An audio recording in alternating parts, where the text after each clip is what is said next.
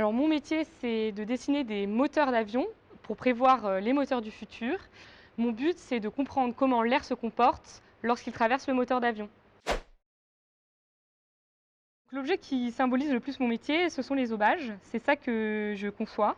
Et le but, c'est de les optimiser pour que les efforts de l'air sur ces aubages apportent la meilleure puissance au moteur. Je rêvais d'être pâtissière, comme cosmonaute, comme architecte, donc j'étais curieuse de tout. J'ai pris le goût pour les sciences, ce qui m'a amenée à faire une école d'ingénieur. Et particulièrement, j'ai fait de la mécanique des fluides, et c'est ce qui m'a plu et m'a amenée vers ce métier.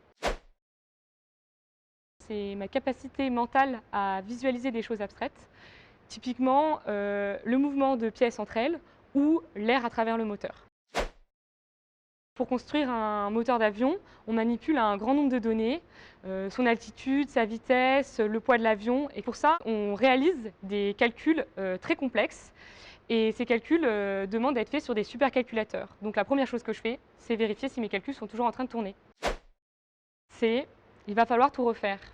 En effet, je fais partie d'une grande chaîne de travail et parfois, il arrive que les données d'entrée, comme des champs de pression et température de mes calculs, soient erronées. Donc il m'arrive de devoir les refaire.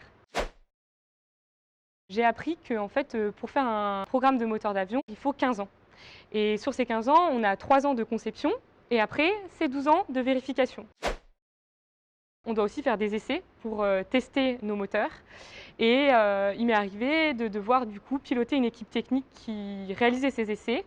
Et donc j'étais seule face à 25 techniciens expérimentés et ça a été une épreuve très intense.